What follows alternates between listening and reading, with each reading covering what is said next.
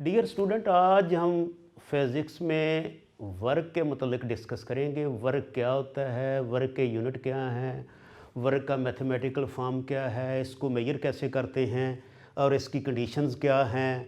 And में मैं ये बताऊंगा कि इसको एक्सप्लेन करने के बाद जो हमारा डेली लाइफ का वर्क है और जो साइंस का या फिज़िक्स का वर्क है उनमें क्या डिफरेंस है।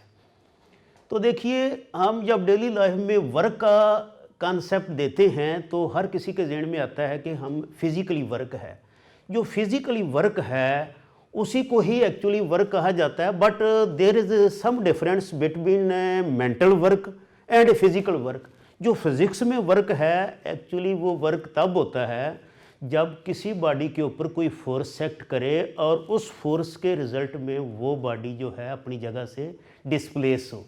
हम डेली लाइफ में ये तो कह देते हैं कि मैंने बड़ा काम किया है, बैठे होते हैं और हम ये समझते हैं कि काम किया है। According to scientist and according to physicist वो वर्क एक्चुअली नहीं है। वो टास्क तो हो सकता है लेकिन साइंटिफिकली उसे हम वर्क के खाते में नहीं डाल सकते, क्योंकि देखें वर्क के लिए कंडीशनें दो हैं। बॉडी के ऊपर फोर्स लगे और उस फोर्स के रिजल्ट में जो बॉडी है वो डिस्प्लेस हो, वो अपनी जगह से चलकर दूसरी जगह पर जाए, तब वर्क होता है। तो जब हम पढ़ रहे हैं या हम कोई फिजिकल काम करने के अलावा जब हम पढ़ लिख रहे हैं तो ये वर्क नहीं है, क्योंकि उसमें हम डिस्प्लेसमेंट कोई नहीं शो कर रहे। एक आदमी अगर एक बैग ऑफ फ्लोर लेकर सारी रात खड़ा रहे और वो कहे जी मैंने तो बड़ा काम किया, मजदूर है, तो साइंसदान इसको वर्क नहीं कहते, खड़े रहने को वर्क नहीं कहते हैं। और जो पढ़ना लिखना है इसको भी वो वर्क नहीं कहते। ये टास्क ज़रूर हो सकता है लेकिन साइंटिफिकली ये वर्क नहीं है। तो इसका मतलब है फिर फिज़िक्स में या साइंस में वर्क क्या होता है। तो देखें, फिज़िक्स में वर्क तभी होगा, जो मैंने पहले बात की कि फ़िज़िक्स में वर्क हम उस चीज़ को कहते हैं कि जब एक चीज़ पर एक फोर्स लगती है और उसके फोर्स के रिजल्ट में जो बॉडी है वो अपनी जगह से डिस्प्लेस होता है। तो इसका मतलब है वर्क की कंडीशन जो मैंने एंड में बयान करनी है वो मैं भी बता रहा हूँ कि वर्क के लिए दो शराइत होगी। फिर पहली शर्त क्या है कि फोर्स लगनी चाहिए बॉडी के ऊपर, और सेकंड क्या है कि बॉडी को फोर्स के रिजल्ट में मूव करना चाहिए। ये दो कंडीशनें होंगी तो वर्क होगा। तो वर्क का फार्मूला हम इसका मतलब है हम वर्क को डिफाइन करना चाहें तो कैसे करेंगे। Work is defined as the product of force and displacement. तो वर्क का सिंबल W होता है और इसे हम FS से डिनोट करते हैं। F क्या है यहाँ, फोर्स अप्लाइड, और S क्या है, डिस्प्लेसमेंट, जो बॉडी ने ट्रेवल किया as a result of a force applied. तो इसका मतलब है वर्क जो है वो प्रोडक्ट है दो क्वांटिटी की। पहली क्वांटिटी को क्या बोलते हैं, फोर्स, और दूसरी को हम डिस्प्लेसमेंट कह रहे हैं। अब वर्क जो है ये प्रोडक्ट होगी और अब हम इन्हें इसी से ये इसकी मैथमेटिकल फॉर्म होगी।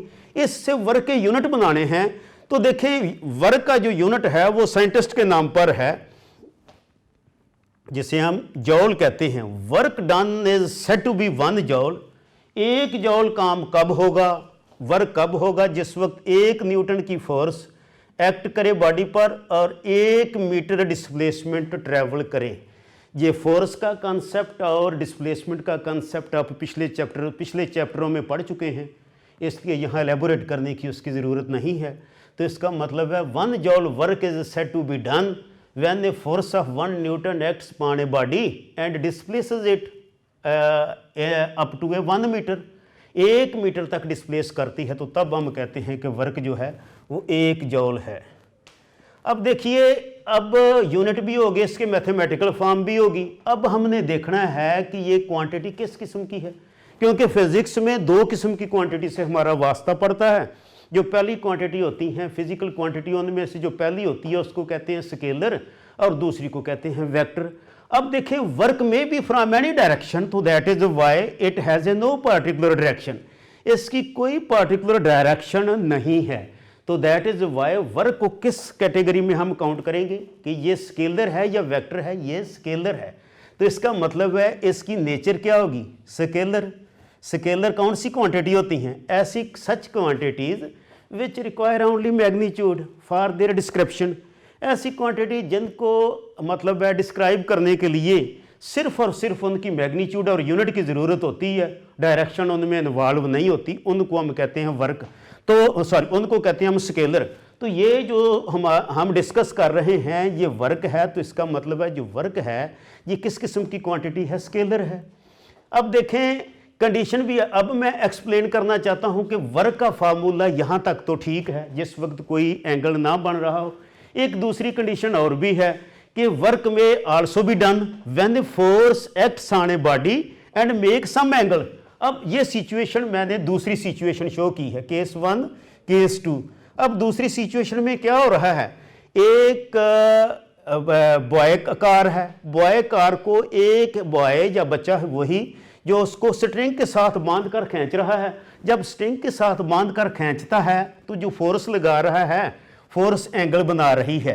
इस फोर्स को हम क्या कहेंगे, ये फोर्स है, और जब ये फोर्स एंगल बनाती है तो हम इस फोर्स को दो कंपोनेंट में रिजॉल्व कर सकते हैं। एक कंपोनेंट जो हमारा एक्स एक्सिस के लॉन्ग होता है उसको एफ एक्स कहते हैं, और दूसरा कंपोनेंट जो है हमारा उसे हम एफ वाई कहते हैं। अब देखिएगा कि हम जो बच्चा फोर्स लगाकर गाड़ी को या कार को खींच रहा है या पुल कर रहा है वो किस डायरेक्शन में है, वो वाई डायरेक्शन में तो है नहीं, वो तो है along the earth, but it is making some angle. तो ऐसा मतलब है कंपोनेंट जो एंगल भी बना रहा है एक्स एक्सिस के साथ और अलोंग द अर्थ भी है, वो कौन सा है, वो है एफ एक्स। तो अब हम वर्क को जो डिफाइन करेंगे वो थोड़ी सी कंडीशन हमें चेंज करनी पड़ेगी कि वर्क इस तरह से भी हो सकता है कि component of force in the direction of displacement, क्योंकि हमें डिस्प्लेसमेंट से गर्ज है, क्योंकि हमने तो डिस्टेंस ट्रेवल कराना है। तो component of force in the direction of A displacement multiplied by the displacement. तो इसका मतलब है ये कंपोनेंट, मैं वर्क वैसे डिफाइन करूंगा, अब component of force into displacement. तो देखिए जी कंपोनेंट ऑफ फोर्स जो है वो एफ एक्स हो गया। अब एफ एक्स क्यों हुआ है, क्योंकि ये कंपोनेंट है हमारा अलोंग एक्स एक्सिस और हमारे पास जो डिस्प्लेसमेंट की वैल्यू है वो एस ही है। तो इसका मतलब है एफ एस एक्स।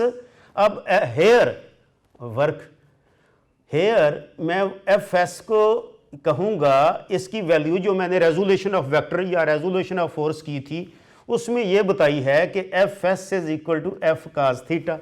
अब मैंने वर्क की जो सेकंड इक्वेशन बनाई है ये वैल्यू एफ एक्स की मैंने इसमें पुट कर दूंगा, तो डब्ल्यू इज इक्वल टू मेरे पास आएगा F cos theta into S. अब इसको मैं मतलब ऑर्डर बदल के लिख सकता हूं, इसमें कोई अर्ज नहीं है, सिंपल मल्टीप्लिकेशन है, एफ एस काज थीटा।